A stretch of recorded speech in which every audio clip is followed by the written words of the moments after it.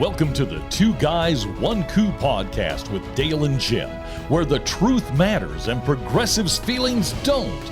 We bring you the facts from the perspective of two average, everyday guys who will never apologize for being America first, for adhering to our great Constitution, and for saluting the flag that our brothers and sisters have fought and died for. And now, here's Dale and Jim. Hello, welcome to episode 24 of Two Guys, One Coup. My name is Jim, and that is Dale. Dale, how you doing? I'm doing great, Jim. How about yourself? Doing very well, thank you. Change a little bit. I'm doing the intro this time, giving Dale a break here, and I love it. So trying to do that. But today's show is going to be very interesting. We have a topic, abortion, that we're going to talk about, and Dale, people may have heard about it in the news recently. I don't know. Yeah. And we have another situation where the government's trying to control our children. Correct. Yeah, we have some school in D.C. that's maybe trying to teach the youngsters a little bit about who's racist in your family. We'll get into that discussion for sure. That's crazy. And go ahead. Well, and we need to be careful about that too, because when a child may not be able to identify when someone's kidding. So that's also important to point out too, which is why teachers should teach. That's it. But we'll discuss that more later. Absolutely. But yeah, it's more destruction in our public school systems. And the more we talk about it, the more I am well in favor of private schools or homeschooling. And it looks like that could become the popular thing, too. I would think it would have to be. Also, we got, Jim, don't forget our second part of our interview with Kareem J.A. Jackson. I didn't know. I'm sorry. I was getting to that, Mike. You're new at this. You're new at the intro. This is your virgin voyage. Yeah, the second part, I hope you enjoyed the first. The second half of the interview is, like we said, it's a little bit more disagreement. We had a little bit better discussions between, kind of let Kareem talk and kind of introduce himself. And, but I thought the second interview went better. We, kind of stood our ground a little bit more. And professionally and respectfully, as we should, because you can with him. Yeah. And those of you who listen to it, he's a great guy. He is. He's a great guy. He's great talking to him. He's fun. He doesn't get mad. I don't know if he does in his personal life, but he's just no sign of it on our end. He sits there and he has a great sense of humor. And it was great, and it was nice to be able to have that conversation with someone and disagree with them, and then not be called a racist, not be called this, not be called that. It's actually rather nice, and refreshing. So look forward to hearing that, and we'll do the intro again on that one. But when we get closer to it. For right now, I guess we want to get started on the first topic. We do. Okay, as everybody has known, that there's been a leak in the Supreme Court, and the world is now falling apart because there's rumors that Roe v. Wade is going to be overturned, and cities are burning. I think L.A. had a riot, and which why not, right? Why not? It might as well.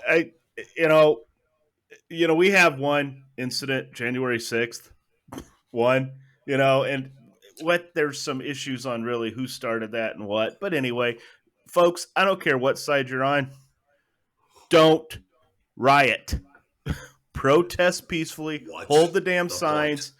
Don't riot on the right, on the left. Don't do it. It's stupid. You're destroying property, and it's just absolutely ridiculous. It's absolutely stupid. And you're putting people's lives at risk, including our law enforcement officers. Correct. Which is absolutely ridiculous. No, some people on the left don't care, but of course not. Yeah. So of course not. Yeah. It's another way for them to defund the police. Just get rid of them. Yeah. Right. Yeah, but overwhelmingly a large percentage of black people in the inner cities do not want it defunded. But anyway, of course not. Another story. So we move on. Yep. For, right now, initially, it looks like something from Alito, his writing. He was, he's what he was putting out there. It was a draft. Leaked. Okay. Correct. And look, I don't think we're all. I mean, there might be some liberal out there, those people in San Francisco that might be going, I wonder who leaked that. I think we have an idea of one of four Supreme Court staffers that would have done it. Because I believe it's going to be a staffer that did it. It's that they're going to protect the justices. If in fact the justices did it, I would like to think that the justices have more respect for the what they are in as far as the Supreme Court goes. But I don't know them. So, but it does look like it was probably a clerk. Now, correct. I'm one of these guys that believes that this clerk might have been given the go-ahead by somebody. I just don't know. But we'll find out. I guarantee you we're going to find out, and the left's not going to care. But really what really damages this is that it was presented this way, where I'm sure the Supreme Court had a way that they were going to introduce it, how they were going to present it, and if you would have, and this is kind of funny because Dale and I wished we had thousands and thousands of viewers when we first started up our show. Yeah. Because if you've been listening to us since day one, we have constantly said, don't be surprised if the Supreme Court overrules Roe v. Wade from the federal statute or law or whatever you want to put out there and let it go to the states. I believe this is the beginning of what that is. Of course.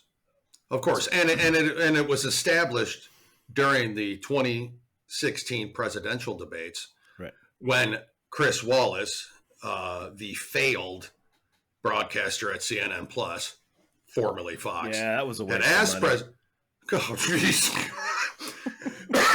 Excuse me, anything CNN does is a waste of money, let's be honest. But it was when he had asked Trump, if you were to put in justices, are you for overturning Roe v. Wade? He said, well, I plan on putting in 3 pro-life justices, so it's bound to happen. We knew it was coming. We did. The issue for me on this is many, many, many things. First of all, the integrity of the Supreme Court, I think, has been tarnished without a doubt. I don't recall, and I could be wrong, any other leaks coming from drafts, pre-decision drafts from any other justice at any other time. There's a reason for this, right? Yep. There is a reason why this doesn't happen.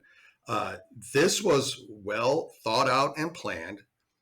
Yet you mentioned it. This came from some higher up Democrat operative. Why wouldn't it?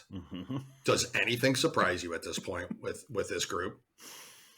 And it was geared to, 1, get the reaction that they're currently getting, 2, pump up their voter base, because they know, we are 6 months out from the midterms, and they're getting destroyed everywhere. The polls are just dog shit everywhere for these people. So they have to, they got to do something. They can't, we talked about it, you can't run on the economy. They can't run on the, the supply chain. They can't run on immigration. What are they going to run on? They can't defend it. Right. They can't defend any of that shit. So this, and also odd timing. I don't know if this to be the reason why, but it also was leaked the same day Dinesh D'Souza's new movie, 2000 Mules, came out, which is, of course, about election integrity and voter fraud. YouTube. That's what the movie's about. Yep. So if you want to take us down because I said the words, then I will fight your asses. But that's what the movie's about. And so I that could all be part of it. I don't put anything past them. Now, what is interesting about some of this to me as well is the lack of knowledge by a whole bunch of people, whether they know it or not. They aren't admitting the fact that they think this is a constitutional amendment. They think this is in our Constitution. They think it's a right to murder babies. That's what they think. Yeah, I know. I had somebody on one of the social media outlets, it rhymes with Micmac, tell me that, well, it's a state issue. So what if Alabama now wants to get slavery back? It's a state issue, right? I'm like, dude, Stop. dude. like this is the brain dead that's out there. This is the voting base for them. There is a 13th Amendment, which is in our Constitution, which abolished slavery. Last I saw. There's actually, thank you, good point. There's actually an amendment that abolishes in the Constitution. Whereas there is no mention of murdering babies in the Constitution. No. They don't see the difference. Like, I think we said it last show that their Bill of Rights is way different than our Bill of Rights. Well, their Bill of Rights is, that. Look, Bill of Rights can get adjusted all the time. That's why we've had amendments, right? We've had amendments, women's right to vote. We've had all of that stuff. All of these amendments, and all of these amendments help correct a wrong. Okay, this is not to help correct a wrong, overturning Roe v. Wade. That's not what this is doing. This is just saying the federal government should not decide this. It should be each state. So if a state wants to do it, I live in Indiana. So if Indiana, which I do believe will, abolish abortion, you can go to Illinois. Okay, Illinois probably will have it. They'll probably have a drive-through. You just go in, drive through, do whatever you got to do, and do it, and especially through Chicago. It's terrible. But I know that. I'm sorry, Lord. I apologize. I mean, we're making light of a serious issue, but that's what we do. And yeah, and there's I don't know how you can't laugh at the lunatics on the left about this. It's okay, guys, if the federal government overturns it, as long as the states keep it, and the states are going to keep it. They've already started that process. I mean, other states have already modified their version of Roe v. Wade by reducing how long the baby goes to term, how this, how that. They've already done it. They've already done it. I mean, they've even made amendments that you could pull a baby's head out and suck the brains out in what they call partial birth abortion, which is absolutely barbaric, but that's allowed.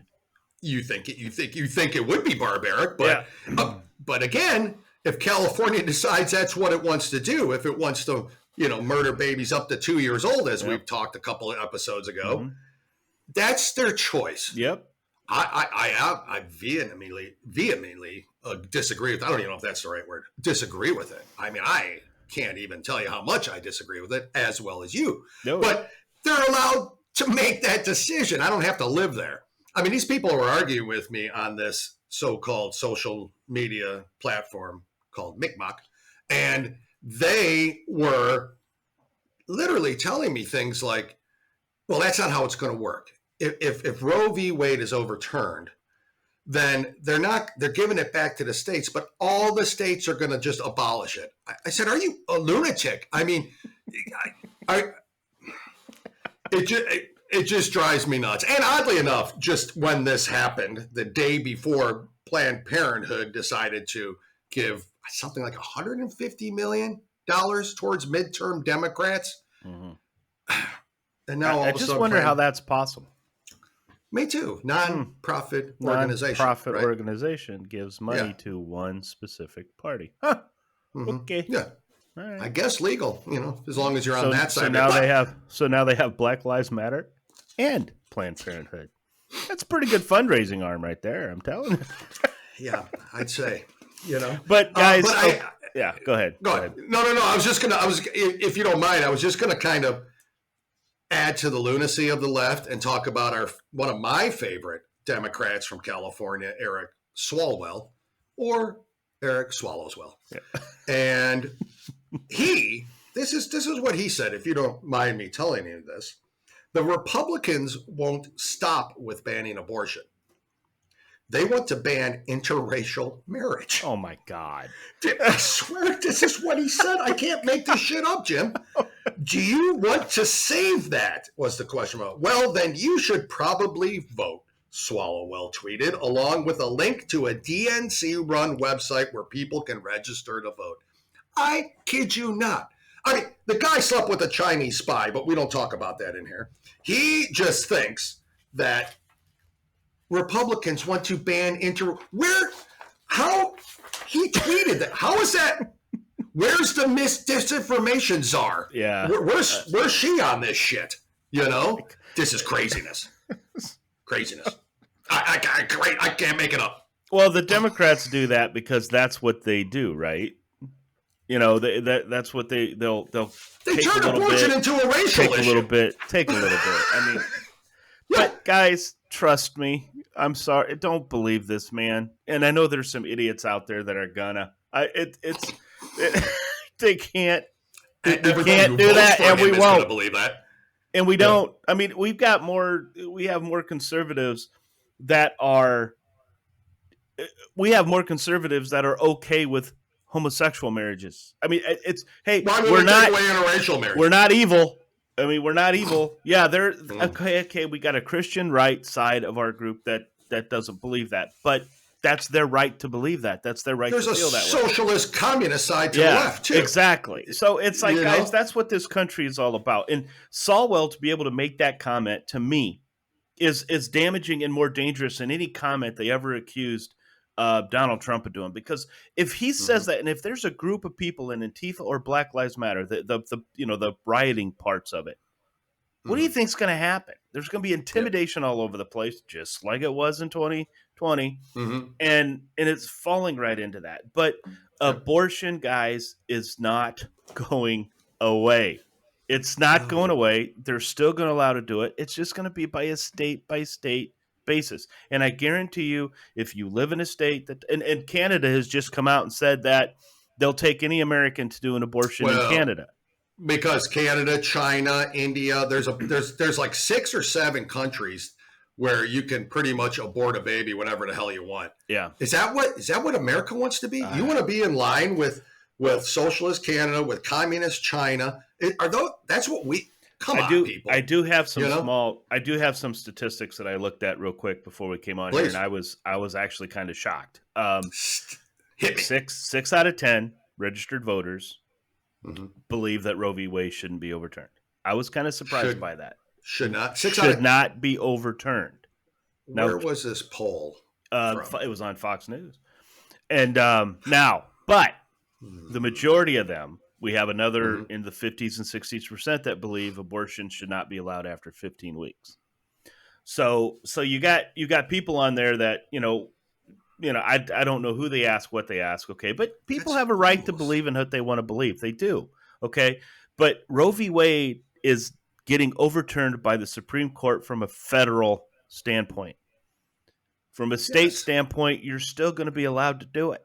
So from a federal standpoint, so guys, it's not going away. You're still going to be allowed to do it. Yet you may not be able to do it in Indiana, but I don't think there's a state in this country that isn't going to have, if this state doesn't want to have abortions, I'm pretty sure there's a state fairly close that's going to allow it. And it's not that. Now, you're going to have different states up to 12 weeks. You can't do it after 12 weeks. You can't. There's going to have states that are stipulating, which I tend to agree with this, the mother's life, the rape and incest. There's going to be laws in there. Which is such the minority. There have been 67 million aborted babies from Planned Parenthood since Planned Parenthood's inception. 67 million. Since 1973. Correct. Oh, sorry. It might have been a stat you had. But my point of that is that of those, how many were incest? How many were rape? How many were the mother's life in danger? How many? Listen, I don't work in a hospital, and I certainly don't work in hospitals across the country or the world. But how many in the United States mothers' lives are lost during childbirth now? Can anybody tell me? Yeah, I don't know. But I don't read articles on it like, mom died giving birth. Mom died giving birth. They're not scrolling those across the screen like they did with COVID. So I'm going to say it's a small percentage with today's medical advances. But it just, I didn't mean to interrupt you. I'm no, that's jumping fine on this. But those you did say there's the article I read were 63 million abortions 63? since 1973. But, Okay, might be right then. Planned Parenthood, Right. hey, I wouldn't doubt it. Planned Parenthood might have killed some that didn't get documented. So, because that's a Planned Parenthood statistic, whereas this is a federal government statistic. So correct. now when they say 63 million, I mean, you're plus or minus what, 2? Sorry, just kidding. But you're ranging from 63, but it's just roughly 63. Correct. But I mean, that's again, astonishing number. Each state is going to have it, and guess what, folks? If you live in a state where the governor and the legislature votes to ban abortion, period, can't have it, then elect them out if there's enough of you. I mean, that's what this country's about. Or move. Or protect yourself during sex. Yeah, well, that's, but some people can't afford a condom. They give away, I think. Well, remember that lady, that woman that got on during the Obama Unaffordable Care Act when we were sitting there talking. She goes, I can't afford my health care, my birth control. It's free. You can't? It's free. Yeah. It's free. Anyway, I just... Birth control's free. Look, I completely am against abortion. Now, when I talked against the mother's life and rape and incest, I mean, that's debatable. Of course. But I don't think there's a human being out there that doesn't... we already talked about through that. We already talked about rape, right? If you get raped and you go to the doctor and you, more than likely they give you the pill, right? If you do that. Now, incest, we did talk that, and again, we're talking small percentages, folks. We're talking very, very small. You have, in terms of incest, that person may not come forward because of the situation, but still, guys, abortion should be a state issue, not a federal government issue, and that's all these justices are doing. That's it. Correct. That's it. That's all they're doing. We have to sit here and listen to the Dems do what they want to do. We had to sit here and watch them cheat during the 2020 election, and we're so just told to sit down and shut up. And anytime anything is referenced, it's taken off, it's removed, it's get out of there. No way. But Hillary Clinton can still have stuff where she's complaining about the election from 2016 stolen from her, and it's still up there. So and still to this, and we have Democrats coming out now saying they're concerned about Republicans stealing the 2024 presidential election.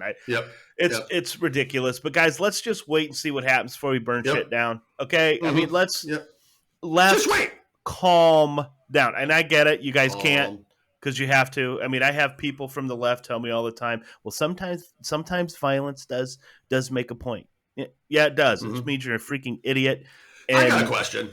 I got a quick question on this. How do they organize these riots so quickly after the? How do you get all those people? I'm telling you, I can call 20 of my friends right now, and I couldn't get all 20 of them to agree on a date 3 months from now to go on vacation. You know what I'm saying? Like, how do they get these people to show up? Because they knew about it. They knew about it in advance. So they knew about it. There you go, Jim. Should we move on to our next story? Yes. All right. Let's get to this. Well, we got some interesting school news. More public school bullshit going on. I'll get right to it. A DC elementary school told 4-year-old students to identify racists within their own family. I'm not making this up. And this comes from an article in the Daily Mail. Students at a DC elementary school were giving an anti-racism presentation that asked them to identify any racists in their family. 4-year-olds. A November 30th letter from DC's Janney Elementary School principal Danielle Singh asked parents of pre-K through 3rd grade. There's that pre-K through 3rd again. That's anyways, if you listened to us before, you'll know what that means. Students to follow up on an anti-racism fight club presentation by speaker Dolan Richards. Richards is a motivational speaker, author, and self-proclaimed anti-racism facilitator who leads workshops on the topic. Anti-racism. I love how they take, before I go on, they've asked 4-year-olds to identify racism in their family. And this motivational speaker, who I'm sure 4-year-olds just couldn't wait to hear, is telling them that he's an anti-racist gentleman.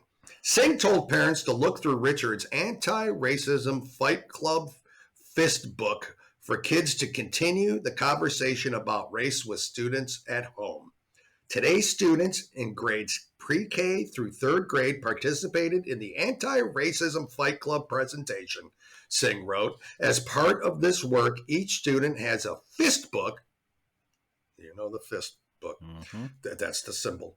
Fist book to help continue the dialogue at school and at home. The principal added that the discussion about race may cause different emotions, but that this was just the beginning of the dialogue. Here's something else she said. We recognize that any time we engage topics such as race and equity, we may experience a variety of emotions, Singh added. She's the principal. This is a normal part of the learning and growing process. As a school community, we want to continue the dialogue with our students and understand this is just the beginning. So here's some of the things in the handbook, the FIST book. Just some of the wording that's in here.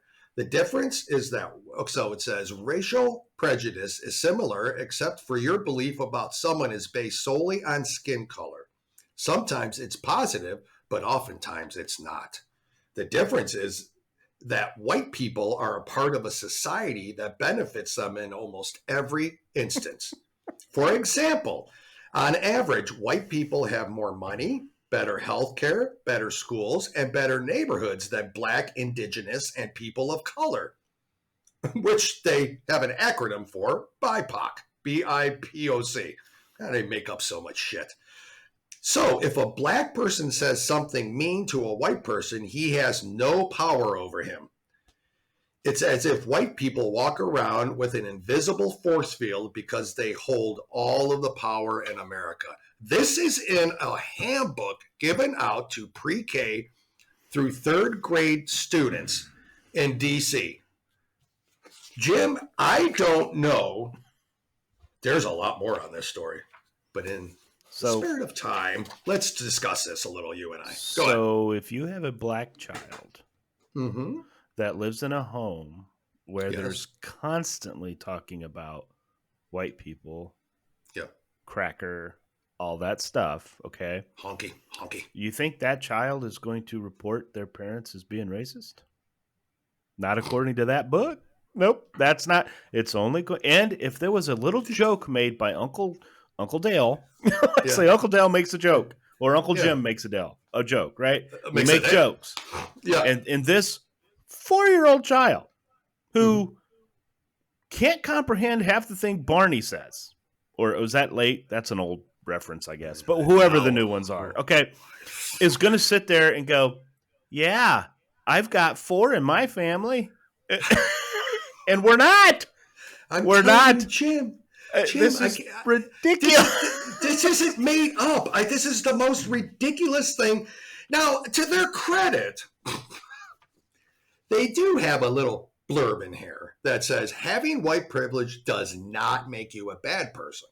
Having white privilege does not mean that your life is easy. I am getting Having white privilege does not mean you don't have to work hard. Having white privilege does not mean you should feel guilty or sad. Here, I'll finish with this. It says, if you are a white person, white privilege is something you were born with. And it simply means that your life is not more difficult due to the color of your skin. Put differently, it's not your fault for having white privilege, but it's your fault if you choose to ignore it. This is given out in public schools pre-K through third in Washington, D.C. at Janney, Janney Elementary School. The principal's name, again, and I don't mind if people want to write this, this lady. Her name, I'm sorry again, is Danielle Singh, S-I-N-G-H. Guys, I literally, I would laugh at this, but I almost can't. You know, I am, like you said, Jim, sick and tired of this. I didn't have any fucking white privilege in my life. whatsoever. I can't say that I know what it feels like to be African American. I would never put myself in their shoes. I don't know that. I wasn't poor, but we were not rich. Okay. That's everything I've gotten in my life, I've earned in my life. Doesn't matter. And it's not because, and it's not, I didn't get free college. I didn't get any of that bullshit. So I'm not getting assistance programs. I'm not on food stamps. I never went on welfare. You know, it's not that I did that because I had white privilege. It's did it because I had a sense of self-respect for myself and my family, and to work hard to get where I'm at, which everybody in this country, it's a great country, has to do. But you can't keep throwing this shit out there to little children and expect racism to diminish this country. This fuels it. It fuels it. You know, that's bullshit. That's the conversation we had with Kareem in our interview. It's until you change the narrative in your schools, you know, as long as you keep telling people there's white privilege. I'm getting so tired of that. That has become an excuse. It's become an excuse because let's go out and let's look at all the white people that are on welfare, that are on food stamps, who are struggling just as much as everyone else. Where's the white privilege there? Yes. Was there a time when there was being white had its advantages? Yes, it was. Okay. You know, look, we can't, we know what happened. It's there. It's taught. We know what happened, but now we have to teach. It's not there anymore. Now it is in the eyes of everybody else because, it's an excuse. I can't succeed. I can't succeed because I'm not white. When they're not succeeding because they have no drive to succeed, or they listen to these idiots out there that keep telling them every 2 to 4 years, come out and vote for me. I'm not going to help your life, but come out and vote for me because, you know, I'm going to support you in a different way. The government's going to support you. We're going to take care of you. And they don't. Okay. That's on them. Okay. We are at a point in time now where that opportunities are out there aplenty. All right. There's opportunities out there. We can sit here and talk about this and talk about that, but we've got to stop with the excuses. We have to. We have to stop. We have to teach these children that this is the United States of America. You can succeed. See, again, we talk about the Tim Scotts of the world. No, they don't want to. They don't want to hear him. They don't want to hear about him. That's not good for their view, right? Those successful black people, that's not good. We don't want that. We want to talk about all these others, you know, that aren't. Okay. And so we're gonna put Barack Obama on this great pedestal where, other than from a standpoint of pride, because a black man was president of this country, he did nothing for the black people. Nothing. We've talked about it. Well, he put more people on welfare. So, anyway, I can't remember, and I apologize, but I can't remember if it's our first part or second part of the conversation with Kareem, but he explains it's second. So he'll explain what Barack Obama did for black people.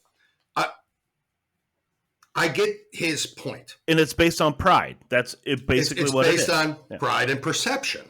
Perception. That's what it is. So, but what did he do anything to end race relations? No, I mean, this is clearly white people bad. That's it. That's everything what it is. It's critical race theory is what it is. You know, which stems from critical theory, which is a Marxist thing that was taught in college, Marxist communist. You know, and it stems from that. And this is their way. This is basically critical race theory right here, is that you are where you are because of your skin color. They are where they are because of their skin color. I love the fact it doesn't make the white person bad. It does. It's just it's not their fault. You know. Well, thank you for that, assholes. But Jim, you got anything you want to talk about on education, real quick? Or no, we're running out of time. We'll talk about it. We'll talk about that. Right. I guarantee you, we have something else where the government's trying to take over. I'm certain we will. So, but I tell you what, though, there's some mama groups out there, Moms for America and Moms for Liberty. Pay attention to these groups, folks. They are awesome. And guess what? They're the voting base. They're a mix of Democrats and Republicans. They're not all Republicans. They are mamas who want their children's taught in school the correct way. Exactly. Correct.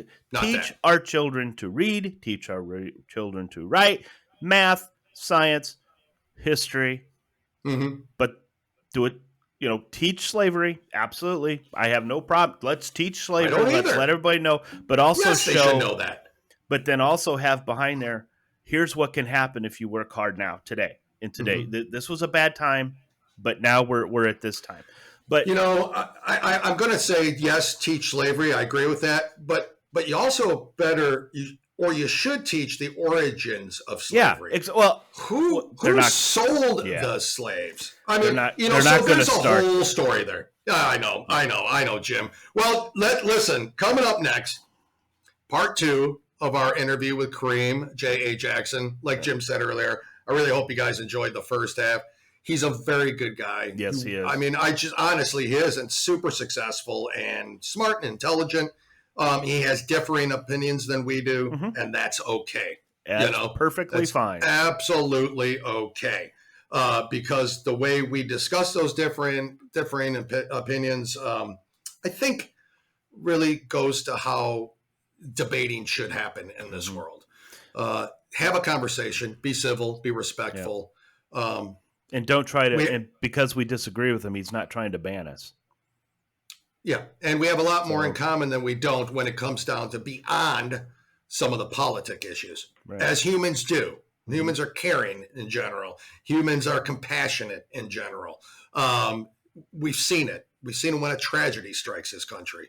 You know, how everybody becomes unified regardless of the race. You know, that's what humans do. But the media doesn't want that. But we discussed that. We discussed, a lot more things in the second half. But Jim, if you've got anything else to say, if not, let's get to part 2 of the interview. Yep, let's do it.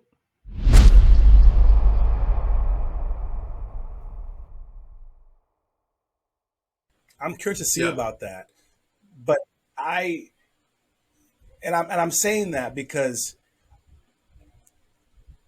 I get the issue with him in the sense that, like me, I can see both sides. So if I was in a room when black folks see this, right, it sounds like I'm not advocating for black folks heavy enough. I'm not combative enough. Okay. But I believe that I can live next door to a Jew, as gay. I don't really care. I can go to a Hare Krishna church. I can go to a Christian church. I can go to a Catholic church. As long as it's God, as long as you just who you worshiping now. It's God. Okay, I can be like Hamday, Krishna, Inshallah. I don't care what I can say it all. Praise Jesus. I don't really, but I'm not. Everyone's not like that. Yeah. I know Catholics that just will not go to a Christian church. Like I'm not going. Of course. What's the difference? Of course. Like Southern Baptists, a lot of them. When it comes to politics, exactly. When it comes to politics, some people are like that. Tim Scott, I don't know how he would win black folks though. Well, I don't know how he. I mean, I think if they can get past the perception that black Republicans are not against the African American community. He's got a story where he came from nothing as well. Yeah, he did not. He came from nothing, poor as can be. And I mean, his story alone is inspirational. Even where he's made it into Congress is inspirational, coming from where he came from. Yeah. So I think to me, it's what people listen to. You're going to listen to your own media outlets, and they're going to tell you what you want to hear. And you listen to them because you like what they're telling you. So it's getting past that I think misconception of everybody. Like I think we've talked about, if blacks and whites are united, it scares the hell out of every politician. It literally scares the hell out of them. They can't have us united, right? As a united front. That's the only interesting thing to me about Brother Scott. I can look over the same as Trump. Everyone looked over his flaws. I can look over Scott's flaws just to see how he would act in that White House because he is still black. Oh, yeah. And in the day, no matter what you say, there is racism in America. He has been pulled over, as he said before. Yeah. He has been stopped. He knows it's real. All I want to know is if you know it's real. So when you're making decisions or whatever, and mind you, I know that white trash probably get pulled over too. Well, Jim all the time. I mean, if you white and you in a certain town and you ain't got no shoes on, you can't go to 7-Eleven. So I can see both sides of it, but I think he's more like that. Like he would relate to disenfranchised people, to working hard, which is the Republican thing that I thought about. I don't agree with a lot of the Democratic things, but I will say this, is that when it comes to social stuff, the Democratic Party has done so much for blacks and minorities in America. You got to understand, most countries around the world, when I do business, they can't imagine. So you had to pass a law so that blacks could drink water. Yeah. I mean, that's the. How dumb does that sound when you're traveling? You're like, yeah, if it wasn't for Negroes, you wouldn't be on that bus. Yeah, I can tell you that much. I agree. That racist, that was there. That's part of the American history, the bad part of the history. But wasn't that pretty much because of the Democrat Party during that time, though? I mean, Republicans are the ones that voted to. It may be, but can I say this to you? It was because of white people. Oh yeah. Okay. Now you can say, remember now, Democrats and Republicans do not make up most of the population in America. You forget that the majority are not Democratic and Republicans, right? A majority of Americans, don't vote. The majority of Americans don't claim a party. Well, that's true. So you got to understand is it when you think about it, how I see it is the Republicans and the Democrats are fighting, but the drama's in the middle. But then wouldn't it have also been white people? Wouldn't it have also been white people that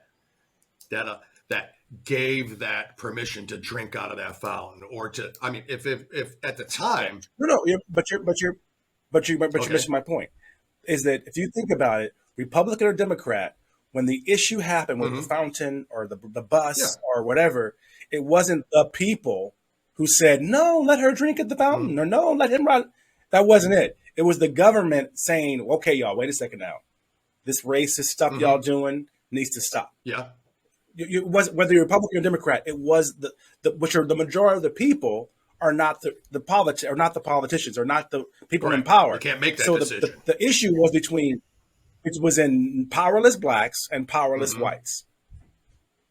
And then when the issue came to Congress and government and news and all this stuff, all of a sudden it became a fight and we won, and now they had to make it a law. The only reason they made it a law was because otherwise the white people wouldn't have let them go to school. I agree with that. I do agree with that. Yeah, Joe Biden was one of them. Joe Biden was one of them. People on the ground. Of course. Let me tell you another thing. I hear this a lot. Let me tell you another thing. Is that yes, you're right. Every white guy was the one. Joe Biden just reformed. Even Trump is reformed. He's not as racist as he was when he was a kid. Because I'll be honest with you, I don't disagree with that. I don't.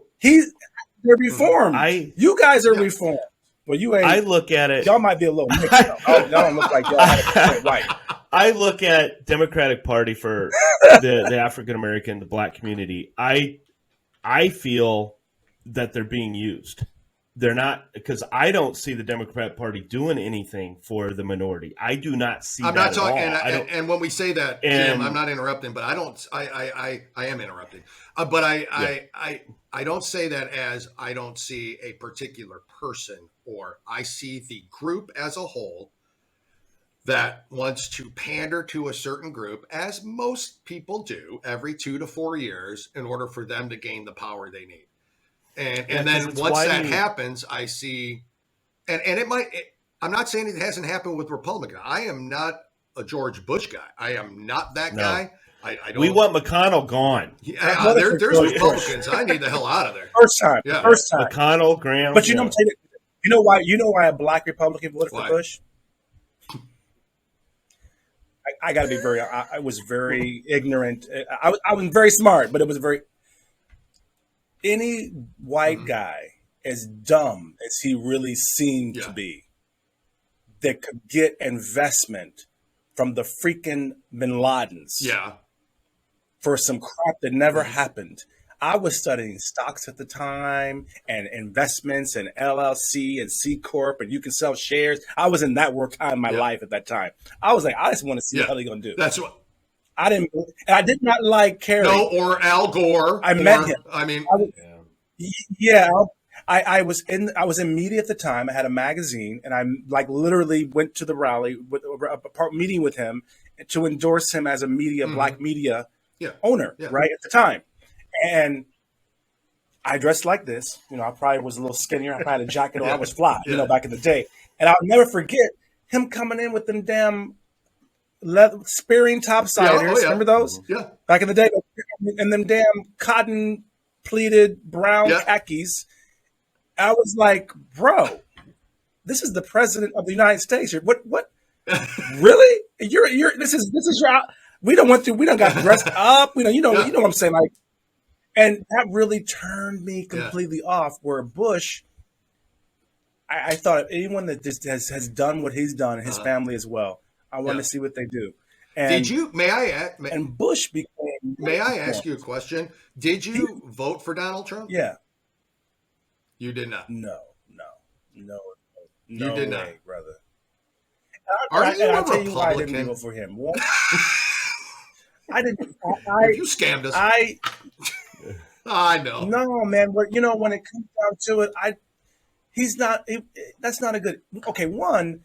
There's a reason back in the day where I became a Republican. It was because Trump and Oprah and those people like that. Well, that's true when you became it. Republican. I understand that.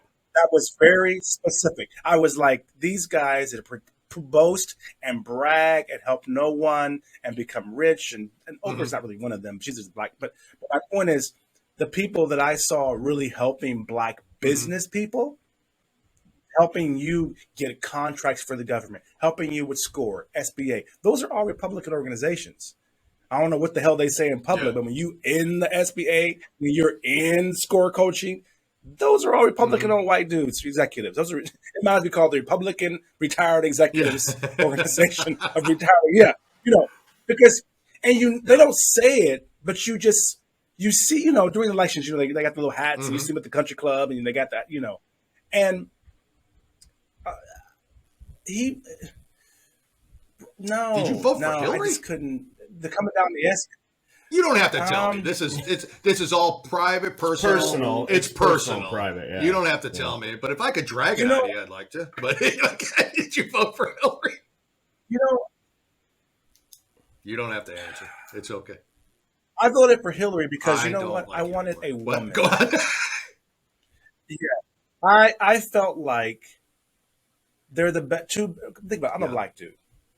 They're the two worst evils. You're making me choose between Satan and Azul Bob or whatever the hell. It's like the same fucking person. Yeah. It's like you got a fucked up ass dude over here with 25 wives, 7 bankruptcies, fat as hell, not even just all this visual crap. Rich, abundant, but I'm not an Arab. This is not Saudi Arabia. I don't need gold shit to impress me for my president, right? And then you got this woman, and this is a very black perspective, who caught her man in the Oval Office getting a blowjob. Okay, and then all the other whatever the hell is real or not real with her, emails and all this stuff. What the hell? Yeah. Well, so from your perspective, the choice was. Now, let me tell you this, and let me tell you this. Same thing happened to Trump's wife. So how do you choose? I mean, you're like, so you want the one who got the blowjob, or you want the one who? To me, it was like Republicans are like the Democrats having all the damn fun. We need to bring a damn blowjob and Oval Office dude in here for we need fun. That's what it looked like. I understand that from a perspective. So when you look at coming from. So when you look at the two, I'm looking, going, well, at least she's a woman. At least America will check that off their box. Nancy Pelosi, and I don't want her as president.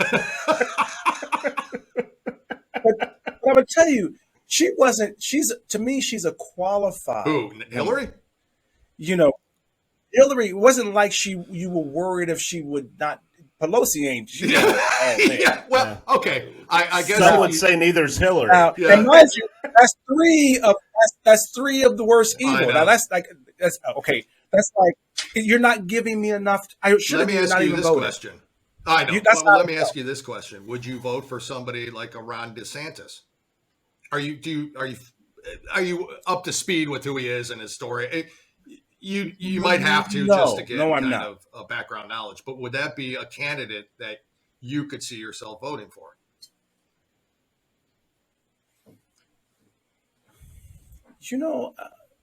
I don't think so, bro. I for the Republican Party, to be honest,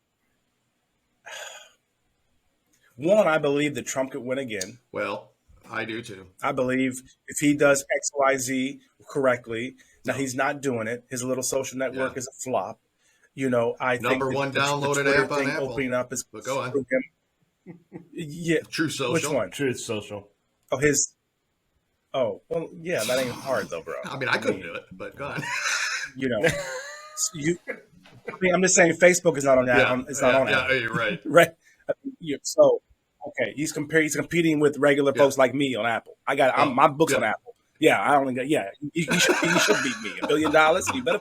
But go on. Yeah, I didn't mean to interrupt. If I gave you $1 billion, you better. But my point is, I'm just saying in the sense that I don't see it like there's certain things he needs to do to prove to not us, but everyone else that he's learned some lessons, he's grown, and he's seen this and that. And I think that it's a growth thing. And I don't see anything really wrong with Biden in the sense that if it's a lazy election and no one cares, Biden will win just because he's grandpa and he's sitting there. You know what I'm saying? And then they'll figure it out. You do realize that we are experiencing the highest inflation in over 40 years, and that the supply chain shortages are ridiculous over. I mean, I don't know what's happening in the Philippines. Maybe I got to go there, but I gained $10. I gained 10%, $10 per transaction, or whatever the hell they call it. Because now $1 instead of being worth 45 back when it was 45 in the office, now it's worth 55. Your perspective clearly doesn't line up with mine, but that's all right. But I'm gonna tell you this.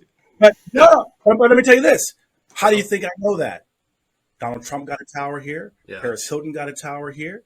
They may talk that crap to you back home, but they got the tower. They got the same exact leverage I got. You're not wrong in that. Yeah. They don't. What I don't like about the Democratic type Republican like he is that he's not telling you all about that. He's telling you all this great stuff. Whatever. To me, it's divided. It's this weird. It's a division. Racial. It's still a division. Tension. I'm not. I don't see him telling you that he invests abroad. You know that he paid more taxes here in the Philippines than he did in America, right? You know what's that, the loophole compared to change the law. Change the law if they, but no, I'm just saying. I'm just saying. Duterte was very proud of that shit. He was like, Gates did the same thing. He paid more taxes here than in America. Right. They do the same all thing. I'm saying. I'm not disagreeing. I do the same thing. I do the same thing. But I'm just saying, but that's not how I saw Republicans before. Understood. You didn't hear Republicans talking about that. That wasn't what they did. You didn't hear them talking about non-for-profits and 501c3s and give me government money like the Black Lives Matter you complained about, right? You saw them say, no, I don't want that money because I don't want you in my fucking pockets because I'm going to buy a goddamn house and a yacht and a fucking helicopter. I don't want you to say shit. So I'm going to have my LLC, my C Corp, my whatever it's going to be. That was what a Republican represented. So now that you've got this guy in here that's not saying, I'm complaining about this, but you know where my ties are made? It says China on my tie. And this is old. This is vintage. Yeah. This is back in the day. This was before he was president. I got this tie. This is one of the old cute ones. I think part of the problem we have right now is this country. Look, I'm not going to – everybody, that's what's great about this country. You can have your opinion. I can have my opinion. You have your perception. I have my perception. I don't look at as – it's Donald Trump was looked at and viewed by how – and I'm going to be honest with you, how the progressives in the media presented him. Now, I didn't like his – I like his fight. I wished he would have stayed off Twitter. Okay? Yeah. We've said that since day one. But – I think what he did for this country and what he did for everybody, okay, because if you really want to get down to it, the African Americans that went on welfare under Obama came off of it and then some under Trump because the jobs were there. The jobs were plentiful because the lower taxes, because of all of this. There's more money out there to divvy up to everyone. Unlike the Democrats don't like that because they want to keep people down. They want to, I'll take care of you. I'll do this. I'll do that. Because, I look at where it was with education in the inner city under Obama is no better than it was any other time. So how do we fix this? This is what I want to know. How do we come together to say, okay, we've got to fix the education in the inner cities. We got to fix the education throughout this country to show that, in all honesty, being black is not a handicap. Being black is great. Let's go out, listen to the Tim Scotts, listen to the Candace Owens, listen to the African Americans who came from poor and come up. But that's how I perceive it, Kareem, and that's how I perceive it. I am not black, and I'm not going to pretend to be. No, I don't. Really? I don't have to worry about things that you guys have to worry about. He's saying that for the podcast. I know. Tim is not black. If you're just listening, but that's my issue. If you can't see the screen, that's my issue. I just think the progressive has hurt you guys. That's why I became Republican decades ago. Is that energy? But I'm gonna tell you this, man. Mm-hmm. I'm a Jackson. I grew up with the Haleys who wrote Roots. I was there when Barry White recorded his last song. When my family picked Barry White up from prison when he got out of prison and took him to the studio to work. I mean, I'm blessed. I went to American International School overseas. I mean, but my family left America, had businesses international from way back.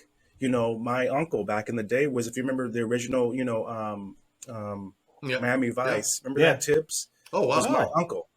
And his brother was also an entertainer, went abroad, went to Europe to become, he was one of those guys that played the drums and the sang and the flute and everything in one, but he became huge in Europe. My father, graduated from college. He was a basketball guy. He couldn't read, went to KU, calling out KU, all sorry ass. Okay. He couldn't read because he's a basketball star, but he went abroad.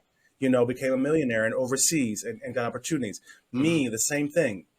So what I think is that what we miss in the States is that people like me and Candace and all of us, we're one percenters in America. Get black. We remember the Myers-Briggs guys, corporate. Remember, we're the ENTJs. Exactly.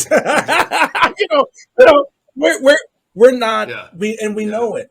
We know it. Candace and Scott, what I think where they miss it is that I'm a business person. So I deal with business people. And so business people have a different, most Republicans are in business. That's the connection that I have. That's it. But those guys, the problem that they have is they can't connect with blacks. They don't really understand it. They believe, and it's true, you can work hard. America is, it's true. Being a black is an asset, all of these things. But remember, my parents, my sister was on welfare. My mom was on welfare. My grandmother was in the projects in Kansas City. All of us came from the same place pretty much. But you guys, a lot of white guys forget, because like you were doing with Obama, right? It's natural for white guys to compare what's in front of you to what's in front of you and not understand that, Scott, all those people, something was different. And he knows it. As a black person, what's different between you and the other families. And then even if you don't know what's different, you do understand why black folks don't grow, what holds them back. Because you tell me this, a white guy with the pressure of a black guy with the same education, like a poor black or white guy, right? Or a rich guy that loses all his money and he's white. That's suicide. Black folks just don't commit suicide. Oh, I agree. Like white guys. That's true. Black guys just don't give up. There's not as many black homeless people in America unless they're crazy on drugs, something like that. But just because I went to college, I graduated, and now I'm crazy, fuck it, I can't take it. No, Yeah. you guys, Yeah. you guys can't take it. So what happens is that you forget that Tim Scott, all these people, just to be where he is, he's not an average in that position. Yeah. He's Yeah. overqualified.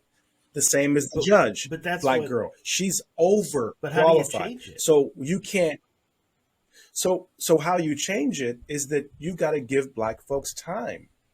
You've got to give them resources. You've got to understand what they go through. Because when it comes down to it, like I can relate to, if I was just chucked out somewhere in Kentucky, I could relate real quick to a broke ass white person. I know it.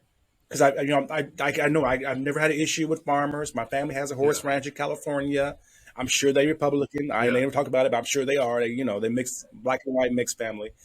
So I can relate to that. But most blacks cannot. They've never left the hood. They've never been out of Chicago. They've never been out of these different whatever it is. They've never been international.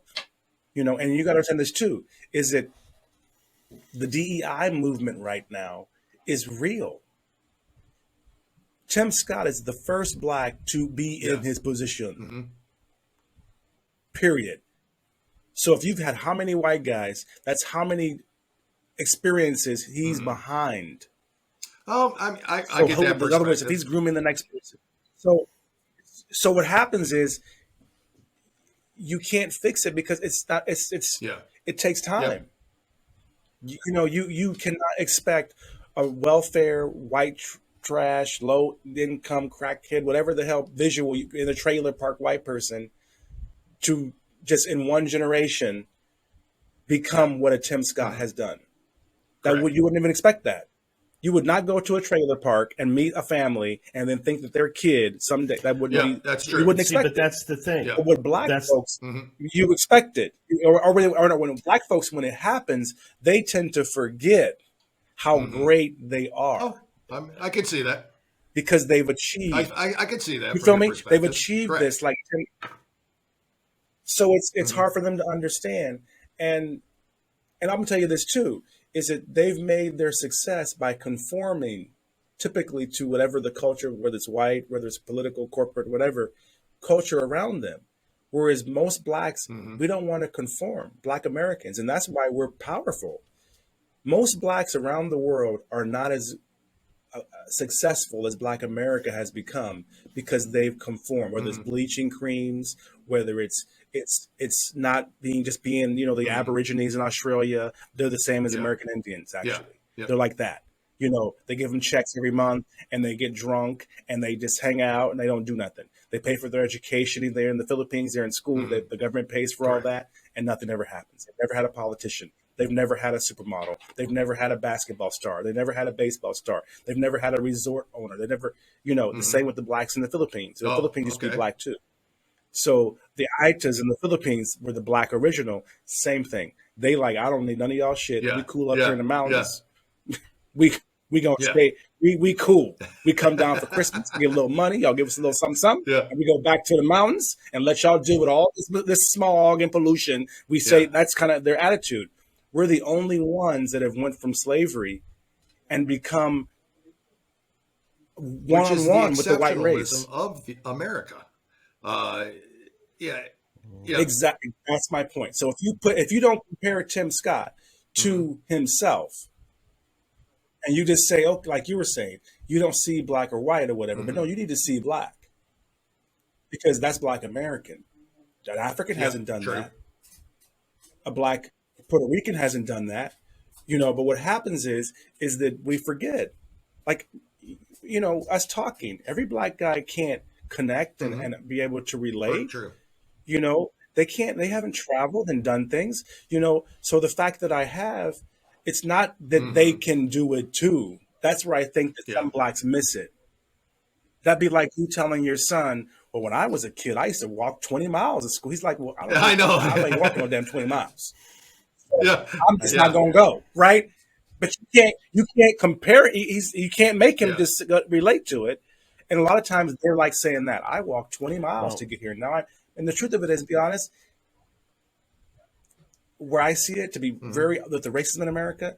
Those stories are great. It's wonderful. I appreciate you guys for being impressed with the black stories like Scott but why?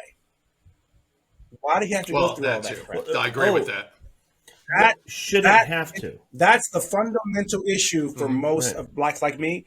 It's like, why do I have to go through all that crap to have a job? Yeah. Well, That's and all my he's got. I agree. He's not a priest. He's not a. He went through all this stuff, and I'm so great to get a job and another job and another job and an apartment over here and a house over here and pay for my college, and everything is a struggle for real. Yeah, I just know this liberal Democrat but at the end of the day, Congress that we have right now, and the liberals, the wokeism that we're going through right now. If they don't stop listening to them, they're not. Is that your new word? Yeah. Nobody is going to get. Nobody's going to get better. Nobody's going to get better. And, agreed, Jim. You're so smart. So I really believe that they need to stop listening to the Democrats. But we need to. But you guys, we need to be woke. We need to realize. Remember again, Republicans, Democrats, we do not represent most of America. Yeah, I'm. At the end of the day, we have to keep in perspective is that there's this third party that doesn't even say nothing, doesn't even vote, doesn't do anything, that really runs the streets. Why not? Why can't you like you're saying, you probably don't even know anybody. You probably don't even know any white guys that were in that were doing the fire and damage of the. You don't even know anybody, do you? Yep. So, see? Yeah, that's true. I don't know any. You know a black Republican guy in the Philippines, whatever. How many black folks you know in your hood over there? How many black folks you got? I have none at dinner on Sunday, but we do when the block party goes on. I have 4 of them. I've got black friends. That doesn't sound racist. I'll be honest with you. In where I live, we have 5 black families. We have. And look, he counted them. Well, no, I know, man. It's true. You sure it's 5? It's no, because I get tired of 6 now. Because I get tired of the white privilege. I get tired of hearing it. I'm going to be honest with you, Kareem. I get tired of it because you want to sit there and say, okay, we have not had white privilege, though. I have not had it. No, and my son, my son had tried and First failed. of all, it's I'm not saying a bad that, thing. but I'm just saying that every certain. It's like if I walk around the world, everyone that says nigga is not meaning in a bad way. Yeah. Sometimes it's good, even if you're in abroad. I think it's an excuse. With the white privilege, let me give you this. Let me flip it around. Around the world, there is black American privilege. Yes. Not African, not Aborigines, not Australian. It's very clear because I'm not used to it. You're used to it. There is, I know for a fact when I walk in that room, something more than the rest of the people because of the color of my skin. And then once I open my mouth and they realize I'm an American, there's certain things that are going to happen. There's certain deals I know I can get. In America, like your brother, like the black folks you guys are mentioning, that you guys like. It's true. Being articulate. Who was that? Who said that he loved to be a black guy right now? Being articulate, being black, being a Republican, being gay, all these things are advantages for me over white guys. That is very true in many situations now. But it wasn't for my dad. It was for my grandfather. They were very successful, thank God. Private school, the whole 9 yards. I went to private school, boarding school abroad. So he got me the hell out of that ghetto-ass Kansas City. Thank Jesus, right? But when I go back, everybody wouldn't afforded that. I got cousins never left. I got aunties never left. So everybody can't leave anywhere. It's not there. If you got a felony, you can't travel. Can't get a passport. If you can't afford to pay your rent, you got minimum wage, and you don't understand it. You can't even move across state. But they can go to college, and they can. A lot of times they can start a business, and they can. It's to me, the grants and the availability to not just minorities, but to everybody. And there are specific minority grants, and we know that, and that's fine. I don't have any problem with any of it. It's whatever you can use to advance yourself, but you got to have the drive with it's self-responsibility as well. I know it's culturally circumstantial a lot. I do get that. But there's also has to be an inner drive to say, I'm getting the hell out of here. But there you is. know? But you think about this, you guys. Mm-hmm. Like we're saying, when we black and white Americans figure out that we Yes. are stronger Mm-hmm. together, there's white privilege, and not in America necessarily all the Mm-hmm. time, but maybe a little bit more now. But like what you guys are saying, there's also black privilege. Oh, that's yeah. But what happens is most Americans don't Mm-hmm. travel enough That's very to true. know it. They're fighting. You're Mm-hmm. fighting between yourselves. You know, like you're burning It's a down civil your own war. fucking backyard. Like what? Like really? You should have at least went to fucking Dale's house and burn his shit down. You gonna burn your own shit down, right? But you know what I mean? Like Yeah. you should at least pick somebody and go over there. Like why would you burn? You're gonna burn down within walking distance of your house. It makes no sense. At least the one boy. At least Rittenhouse drove across country. You know, he said, "I ain't fucking up nothing in my hood. I'm going all the way out and fuck up y'all shit." Right? He at least got that part right. You know, like okay, I'm gonna go fuck up that shit. You know, I'm not gonna. He didn't. You know, but what happens is there is privilege. But what happens is we've fucked up the whole word, the same as Negro, the same as gay, the same. We fucked up the whole word to where now you think that white privilege is something negative. You deserve white privilege because when you forget the racism, y'all built the goddamn Carnegie Hall, y'all got the goddamn San Francisco Bridge, electricity's y'all's, the fucking internet, the motherfucking what's the train station with the big ass with the train, Grand big ass Central train, Station. What's his name? Rockefeller and all that. Yeah, all that shit is white. Now the Negroes may have built some of that, you know, but I'm just saying, if you look at it globally, you built all that, you did all that. Even the slaves, at least you probably told them what to do. Like you dig a hole right there, you dig a hole over there, and then you put this here. And so technically, if you think about it, if there wasn't the animosity, and say the black slaves and the white guys were partners, and they built this shit together, there was no jealousy, hatred, evil, bigotry. Right? Imagine I agree. America. I agree. Imagine if I could say you drew the plans for the White House and me and my niggas built it. I do imagine that. Yeah. Forget you, Mexico. Forget you, Saudi. Forget you, France. Go to hell, Yugoslavia and Russia and Ukraine. Y'all figure y'all shit out. Imagine. I agree. How A united front is the ultimate goal, and it's the ultimate, nightmare for the politicians and those who don't want to see it. Not just politicians, but those, white supremacists or, the Antifa guys or anybody they don't want to see that. And I get that. But Kareem, listen, we've got to run. Okay. I would hope that you would want to come back because I certainly am enjoying it. I think you've become a friend to us. You're giving us a different perspective, things for us to think about as well. Hopefully, we give you a couple things to think about, but I got one last question for you guys, though, that you didn't bring up. Since you guys are corporate white dudes, you guys, what do you think of this DEI situation right now? I think that DEI is the most crazy late stuff. On LinkedIn, all you see is DEI coaches, DEI this, DEI, like it's new. And not realizing that, to me, So what do you think I appreciate you asking that question, and I will have to look into it further. I'm sorry, I don't have a great educated guess for you or answer for you right now on that. Like, how do you feel about old companies that are historically white companies, like sort of black collar? I'm giving y'all white privilege. Historically white companies now being forced or pushed or educated into why or how they can bring in minorities into a company. As long as we can talk about the NFL. I think the Rooney Rule at the beginning, I think it was offensive to African American black candidates.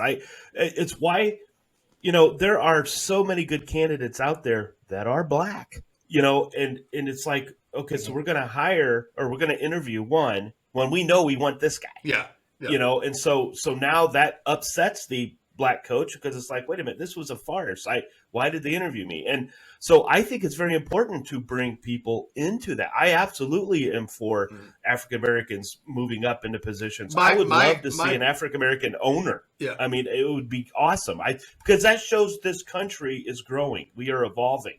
And I want to, and Dale and I is the same way. We want evolution. Mm-hmm. We want, I don't care. I want to be able to look at there's this, when I hear president of a company, I'm not looking at, are they women? Are they white? Are they black? I want to get to that point where, what does it matter? They're qualified. It doesn't matter anyway. They can do the job. To me. So Kareem, let's discuss that next time, because I really want to. My initial good question. My initial reaction to it is why did they have to be forced?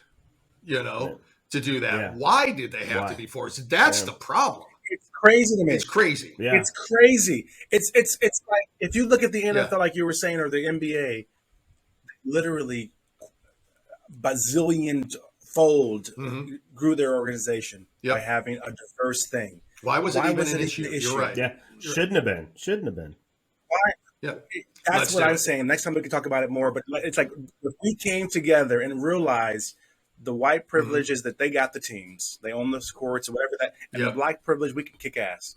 And if there was nothing in the middle, nothing, we would be an amazing force. Like this show, two white guys and a black dude talking together. Exactly. The energy is probably wonderful. It was different. It was great. It was so. If more of you got to that, Kareem, that is 100% the message. Honestly, it really is. Yeah. And it's absolutely what needs to happen and can happen. But we're doing it now. It doesn't matter. Thank you. Yeah. Thank you very much. And I wanted this to be seen on LinkedIn. I wanted LinkedIn folks to see that we're together. I don't see enough folks like me on the white shows. I see that segregation even on LinkedIn and a lot of the podcasts. I'm like, why is that? We'll talk about LinkedIn next time too. I promise. I'll be honest with you, Kareem. Yeah. We interviewed a candidate from the Florida 24th district, Laverne Spicer. Yeah.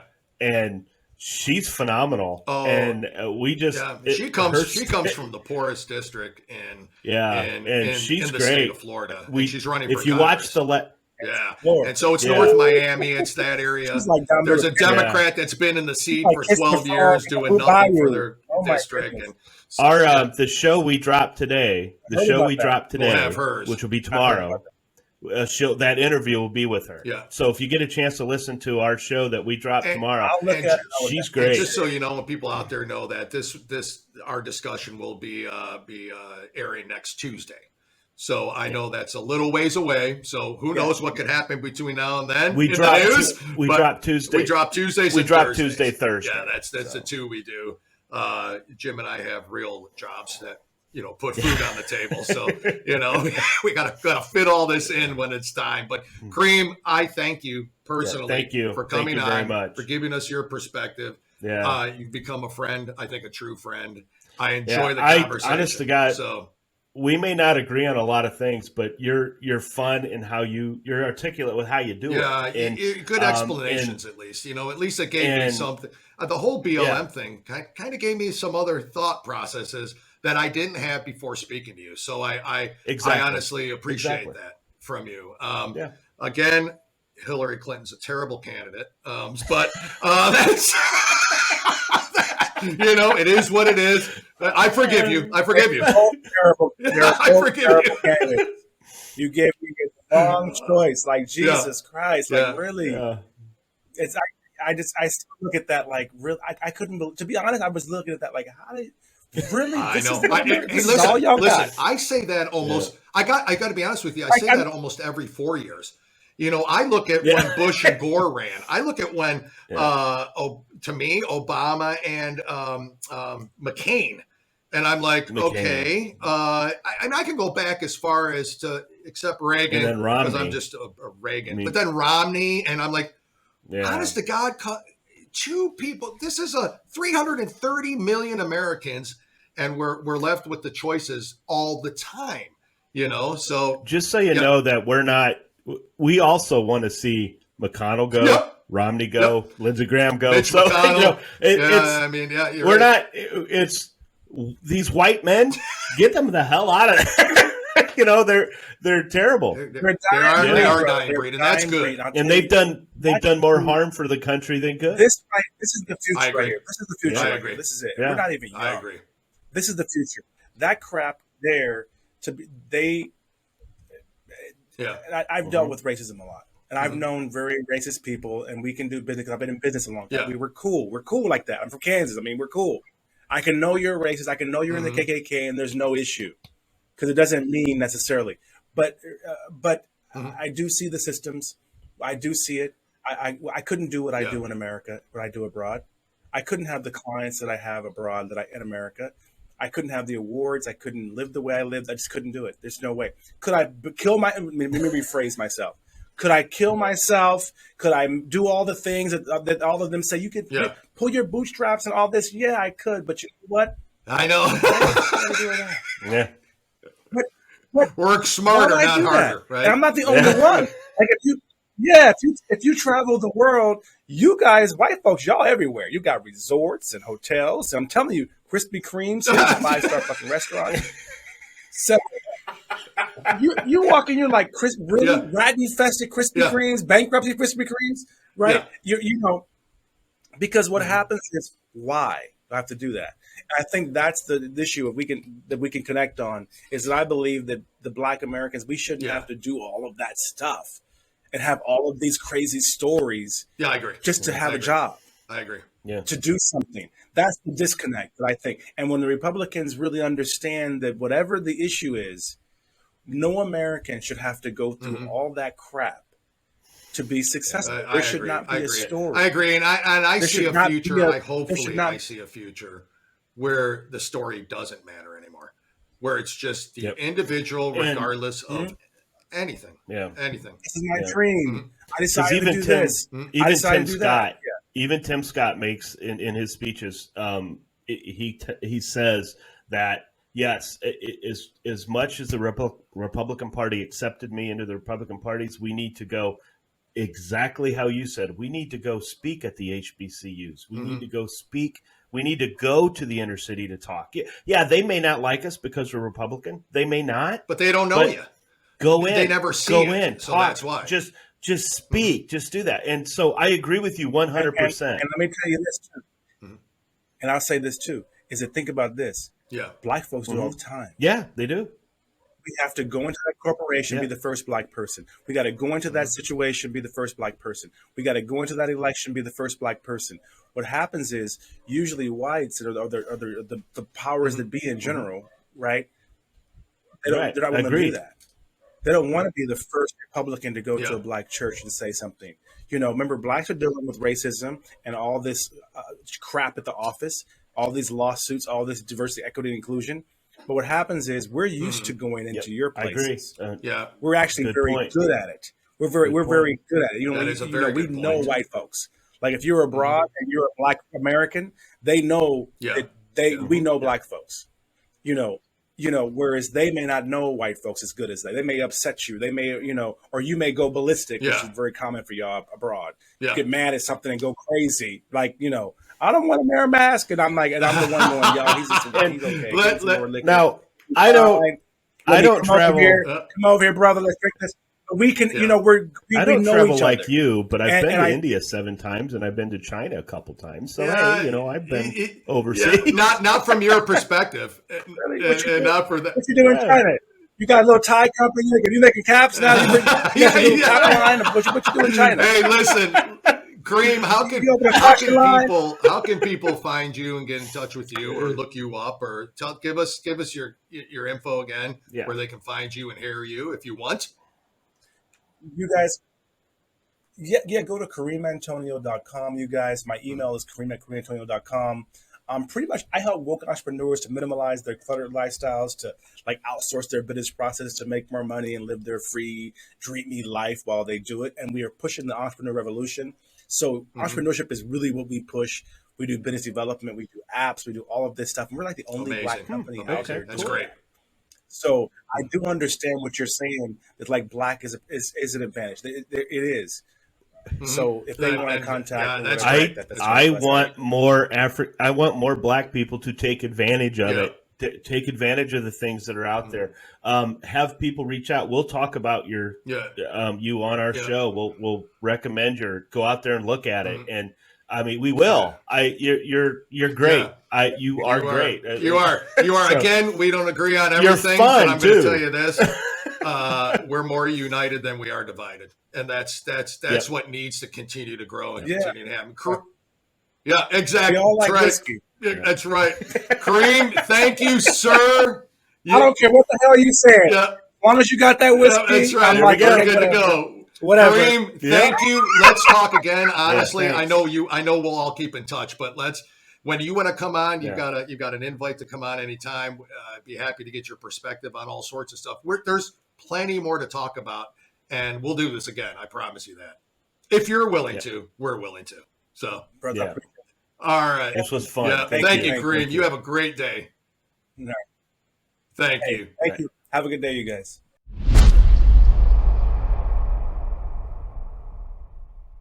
Well, what'd you all think?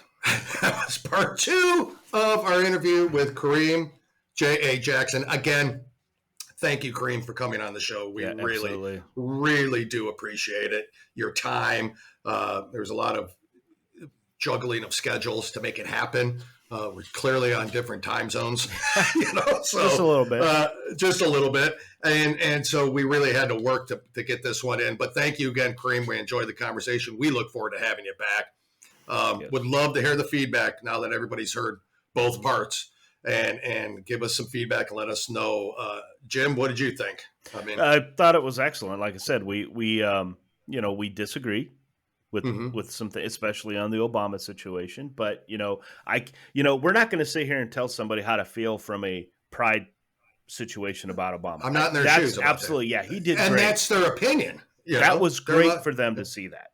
That was great for them to see it and all that stuff. But I'm talking about the issues. I'm talking about policies. What he actually did to help make their lives better, and he did nothing. He did. The Democrats have done nothing to help them, and now there's more and more starting to come to vote for Republican. Not that they completely agree with everything that Republicans and conservatives stand for, but they understand that everybody is welcome in a conservative party. They really are, as long as you're willing to work hard, not live off the government, take care of your family, and basically no excuses.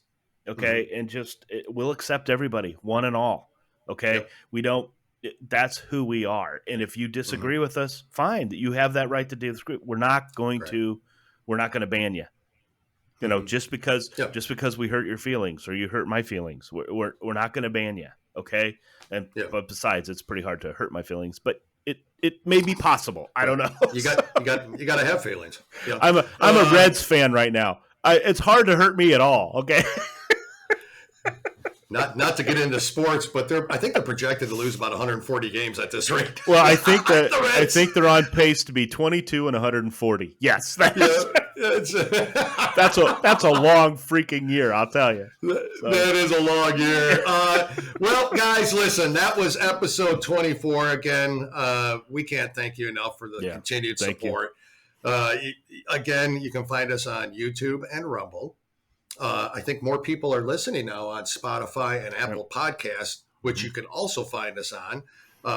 Please follow us on our Facebook page, 2 Guys, 1 Coup. Yep. You can find us on TikTok under the same thing, 2 Guys, 1 Coup. If you want to find us, it's 2 Guys, 1 Coup. We're the only ones. Anywhere and everywhere. Anywhere and everywhere. And we appreciate your support. Give us your feedback. Leave a comment, give us reviews. 5-star reviews on Spotify and Apple Podcasts would be very much appreciated. Absolutely. So that's how people find us, and Jim and I really want to continue doing this, which we will, whether you give us the 5-star review or not, because that's what we like to do. We hope we're entertaining. We hope we're bringing you some stories and some opinions, which is really what our show's about. Jim, is just 2 average Joes that really just work for a living that have an opinion about and you things and I in are, life. So, you and I are 2 people who like to talk. So whether anybody's listening to us or not, we're going to talk. We're going to talk. We're going to talk. See, we used to do this every day on the phone. Right? So now we're just recording it. That's right. Amen. Anyways, Jim, great show again, as always. And stay tuned for next Tuesday and Thursday. We'll have 2 more shows again next week.